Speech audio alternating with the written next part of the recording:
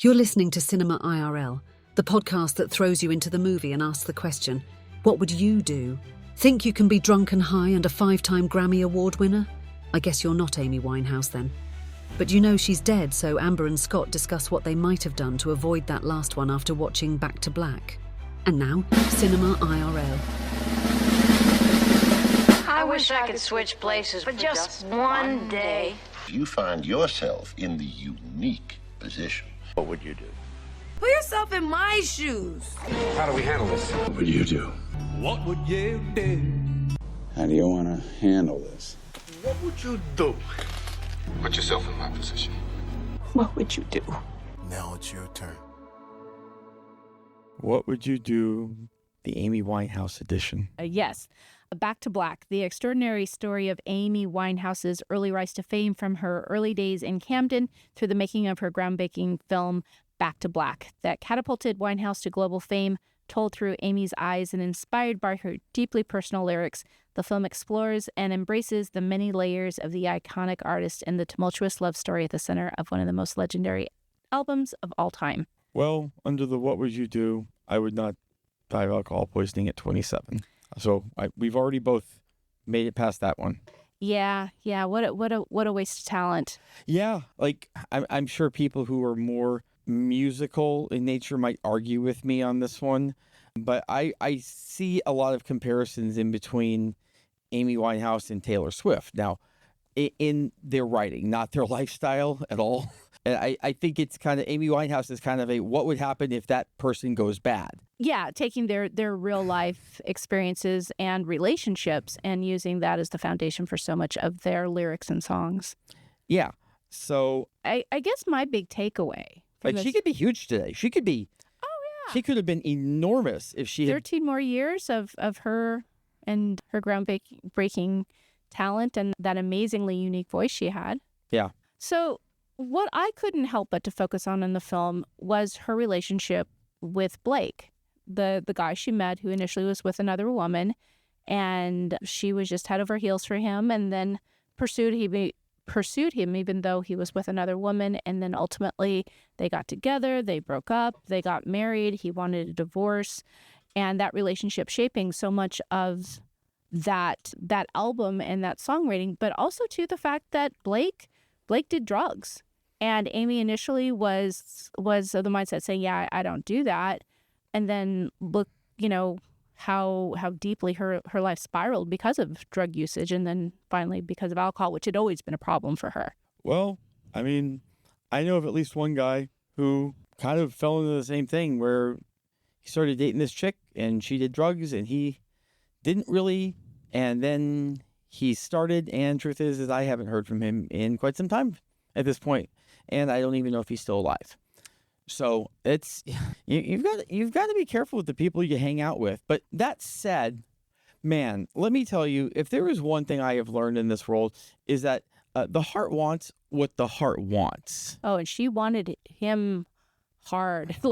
She was just head over heels. Just, he was her everything. And, I certainly don't know the personal story more than what I saw in the film, but it seems like him moving on, and we should probably fact check some of this stuff because I don't know how much in the film is accurate versus dramatic. Yeah, dramatized. But in the film, they made it seem like she was devastated to hear that Blake had a new girlfriend and they were having a baby, and that's what pushed her over the edge. I don't know if that's the case in real life, but maybe. I mean, I took a quick look at her Wikipedia. She was married to him. They do list one partner before and one partner after him. I'm guessing the one after for sure didn't ever really make part of the story here. And yeah, I mean, it's a movie. I'm sure stuff was dramatized a bit. Yeah, and that is the thing sometimes. Sometimes you can just get somebody stuck in your head, and that's... I mean, if there hadn't been a Blake, there might not have been that downward spiral for Amy, but if there hadn't been a Blake, there might not have been a 5-time Grammy Award-winning album called Back to Black without that roller coaster relationship. Yeah. And I mean, certainly, I think most songwriters would tell you pain is necessary in songwriting. Like, you need, obviously, I mean, joy is great too, but you need pain. You need to experience all the emotions, and you use that to be able to write. So yeah, I mean, it's entirely possible that he was both the best and worst thing to ever happen to her. Yeah, I recall reading something similar about Kelly Clarkson's music, that when she was in bad relationships and she felt bad about, herself and where she was, that was the precipice for a lot of her songwriting. And then when she got married and was happy, the songwriting wasn't quite as easy because, the drama and the story wasn't the same. Yeah, turmoil makes for better songs than happiness for the most part. Yeah. That's not to say that you can't, but it's kind of interesting, like in the concept of fair weather friends, people who, like, when everything's going great for them, you never hear from them. But as soon as something's wrong, all of a sudden they pop back up on the radar. And I think that's funny. I have that definition different in my head, that a fair weather friend is there when things are good, and when things get hard, they fly the coop. Well, they can go both ways.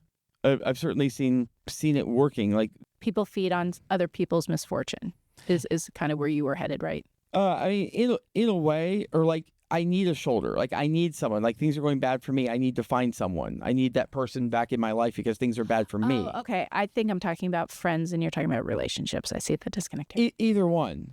I mean, and I think for a songwriter, a lot of times that friend can be the idea pad. It can be the actual songwriting. And so when they need that shoulder to cry on or someone to listen to, they can just write and they can get everything out. Yeah. I mean, I think from a what would you do standpoint, I'm also compelled to look at what would you do if you have someone in your life that is going down a path with either excessive alcohol use or starting drug abuse, and you love them and you can't get them out of this, or maybe you see them in some sort of addictive relationship when in the film, for example, the dad, kind of saw this path. So what would you do if you saw someone going down a destructive path that you loved? This is a super delicate situation. Super, super delicate. Because when you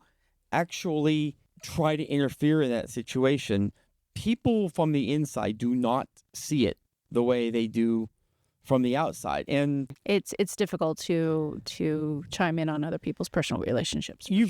It's fine to chime in, but you've got to be real careful about what you say and to not alienate the person, because if you come at them too hard, they might just toss you from their life and just say, they're trying to come between us. Like you have to say something enough so that they understand it's a serious situation, but not so much that it looks like that you're pressuring. Yeah, and in the film, Amy's grandma Nan commented on Amy's alcohol use, and it was something that was discussed and saying, spending time in these environments where you're exposed to alcohol. So the alcohol issue was prevalent early on. So when you see someone in the habit that is not sending them down a bad path, it's hard to watch. Yeah, and there are times where people, they just have to be responsible for themselves. Yeah. They have to, and it's we all do. We all have to be responsible for ourselves, and some people do a better job than others.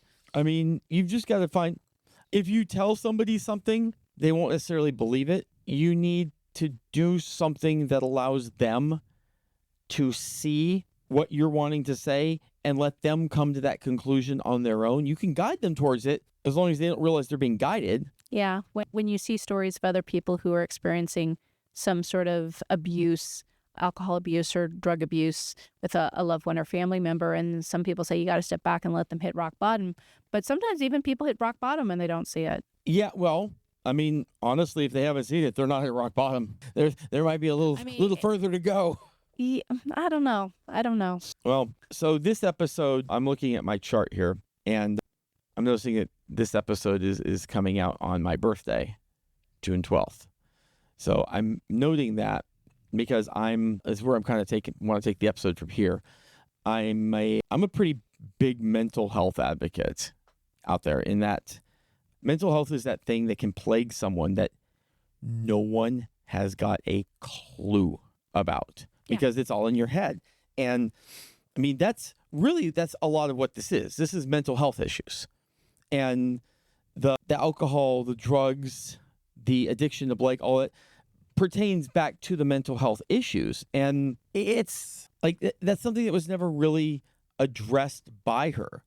Was sure the addiction, but if you don't start to deal with the underlying issues that's causing the addictions, then you're not really going to solve the issue, as we see. I mean, she dies of alcohol poisoning at 27.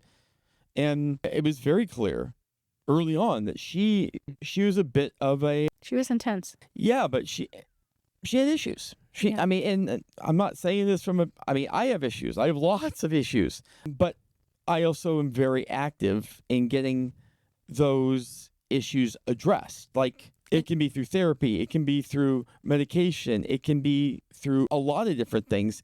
But the one thing you can't do is ignore it or try to use something like drugs and alcohol as a way to mask it, because it eventually just comes back worse. So, and for anyone who might be inclined to fact check us here in the comments, we're talking about the film as it is. We're not talking about all the nuances of Amy Winehouse's life and all the things. So, we're talking about the film and using the film as a foundation to discuss this issue more broadly. Oh, no, they can fact check me. Weinstein Winehouse had mental issues.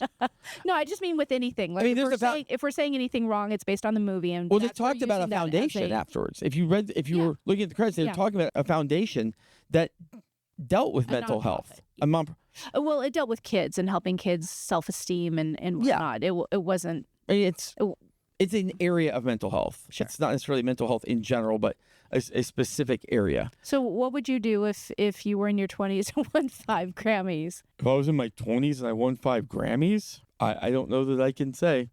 I mean, boy, what a high that must be to just be that popular and successful. But you know what? The other thing, that we can talk about from a what would you do standpoint is, wow, being bombarded by the paparazzi.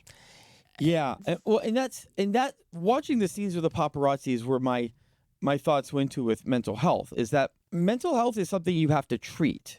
And it sometimes is continuous, and you have to give yourself the ability to take care of your mental, just like you would take care of your physical health through diet and exercise. You need to take care of your mental health.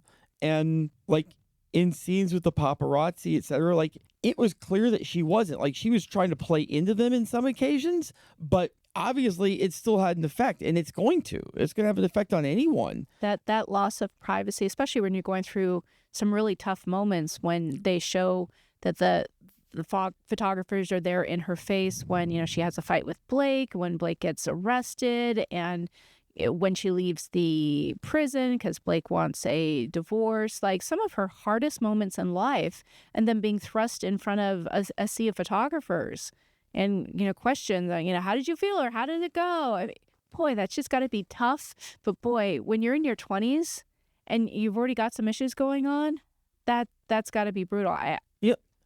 What would you do? I'm going to tell you what I would do. Now, this might be me being dreamland. Maybe this, what would you do, simply couldn't truly happen. And I'm talking from a place of just not knowing. But still, if I'm in that position with Amy, and I have got paparazzi on me all the time, and I am having just a really freaking rough go of life at that point, I'd stop. I'd be like, everyone, come here. Put your cameras down for just a moment. You can pick him back up, put him down. I want to talk to y'all. Listen, guys, you follow me all the time. I don't need to tell you that there's shit going on, okay? You already know. You're just here trying to get the pictures of it. I want to talk to you human to human, because I may be a quote-unquote celebrity, but I'm still a human. And right now, everything that's going on here is really screwing with my mental health and my ability to cope in life.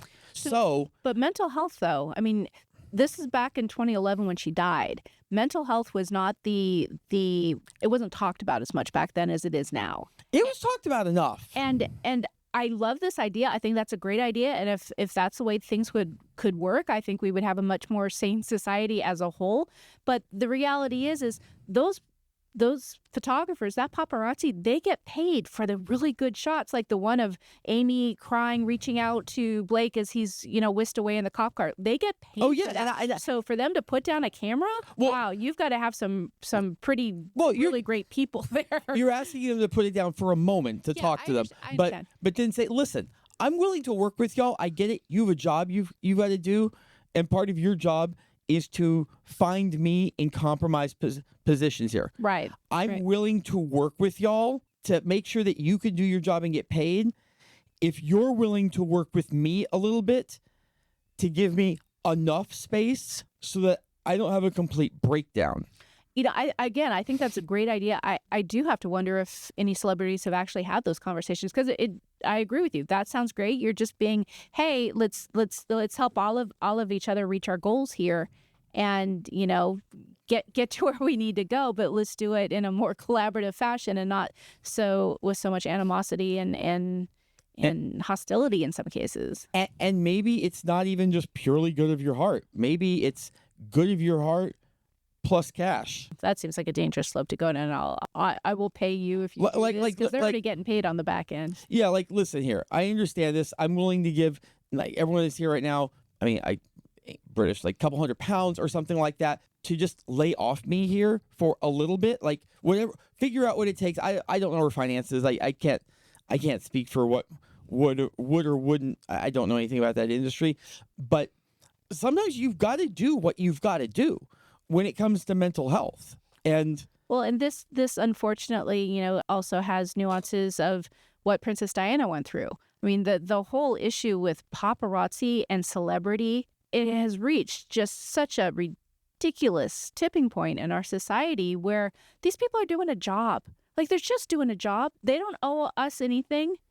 It would be nice if someone, says, oh, yeah, sure, let me give you an autograph. But sometimes they just want to go out to dinner. They just want to go and buy a purse, or they're just people who have a job that happens to be more profile, and always have people come up to you and be in your space and interact with you. Sometimes, I understand the need for privacy for I some do. of these people. I get it. And that's what I'm saying. Because you know the industry, they're not going to back down. Yeah. So you've got to find a way to get them to back down, and you might have to try to get inventive to do it, or if they're just willing, you be like, listen, we can continue a relationship where you get stuff from me and you give me some space, or if you're not willing to work with me, I will do everything in my power to make sure you never get a shot that's any good. I will come out wearing a damn head-to-toe cape that covers me all the way around, so you can't. That would be a good shot. So, they would actually love that shot. But you can't see my face. You don't know who it is.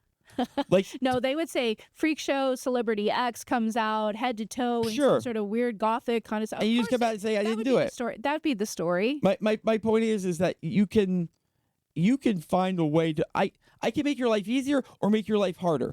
So what I'm going to do is going to matter what y'all are going to do to me. You're going to make my life easier. You want to make my life harder. So here's what I vote for. You become a celebrity. You try out this idea, which I actually think is a great idea, and report back here on the next episode. If I could become 1% as popular as Amy Winehouse, because it's not just celebrity. I mean, there's an upper echelon, a top tier of celebrity that is like the perfect storm of being insanely popular and being an insane shit show at the same time. Yeah. And that's how you get that level. So, but yeah, always take care of your mental health. I don't think she did a good enough job of that. She probably needed help from friends and stuff. These days it's easier. You can just DoorDash stuff or whatever. You don't have to go out as much. Yeah. But your mental health is precious because nobody else can see what's going on there. And it's everyone's individual duty to do what they can to take care of it. Yeah. Always. And in the case of Amy, in the context of this film, I'm not so sure she had the self-awareness to know that was something that deserved her time and attention. No, you're right. You're absolutely right. She was a brilliant artist, but she didn't know what the hell she was doing at all when it came to that. So anyway, it's time to go. Get it? Time to go to rehab. I said I won't go.